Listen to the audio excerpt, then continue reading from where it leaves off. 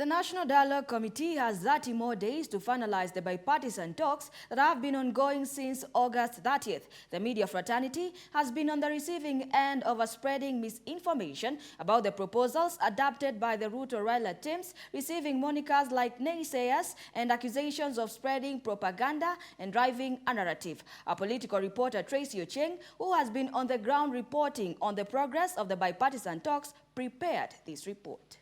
I have seen the media trying to run with the narrative that the committee is giving preference or is giving prominence, is giving preferential treatment to issues that don't concern Kenyans. It has been 49 days since the bipartisan talks officially began at the Bomas of Kenya, receiving the nod by the National Assembly and Senate on August 16th and 29th respectively.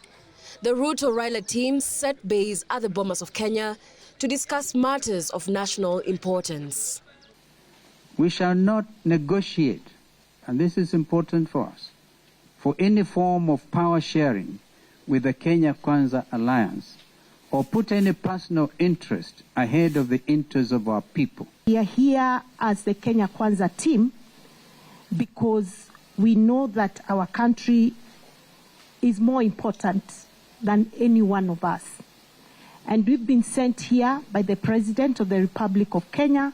The gatekeepers, that is, members of the Fourth Estate, followed through the proceedings, sometimes waiting behind closed-door meetings, sitting to listen in to relay information to the common mwananchi so that they are empowered to make the right decisions. Besides, the role of the media in society is to inform, educate and entertain through well-thought-out stories so that mwananchi can negotiate for better policies in their country. The call for bipartisan talks had its back on the high cost of living and was a thorn on the side of mtu wa boda boda, mama mboga and mtu wa mjengo. In short, the hustlers of the country.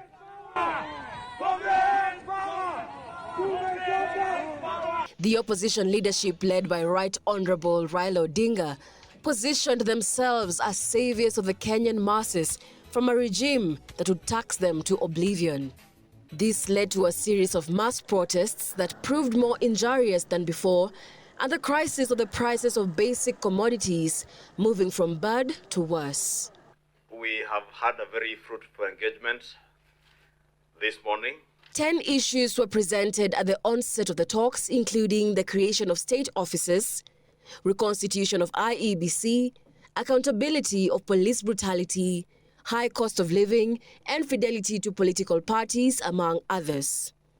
Upon further consultations, the Ruto-Raila teams, through their technical and secretariat teams, consolidated the issues into 5 thematic areas. It, however, became unclear who the public was when it came to receiving memoranda.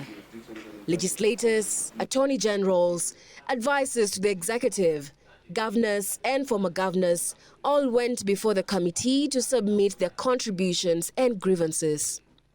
Why should you suffer for 10 years while the regime that was wanted you out of office is gone and there is another regime now which is friendly to you? Why should you be affected because of that regime that has gone home? We have talked to Kenyans. We have questioned politicians throughout the 49 days or so since the talks began. And while the media can frame an agenda and tell people what to think about, it has been clear as day that these talks were a soft handshake between Ruto and Raila to negotiate posts. Ofisi ya opposition, okay, kama inaweza leta pia amani, then it's well. But all in all, we need peace. If the media is running a narrative, then what is the truth? Fuel prices are at an all-time high and electricity proving to be a rich man's luxury. Where is the issue of the cost of living? And I've always said that this committee will not complete its work without addressing itself to the matter of the cost of living. The constant bashing of the media by public figures doesn't wish away the unbearable living conditions that Kenyans are facing. The media covered the promises given to Kenyans during campaigns. The media was also there when self-acclaimed saviors of the people in government and opposition vowed to bring down the cost of living. The media was there when the tune changed, resurfacing evidence and facts because our duty first is to the mwananchi.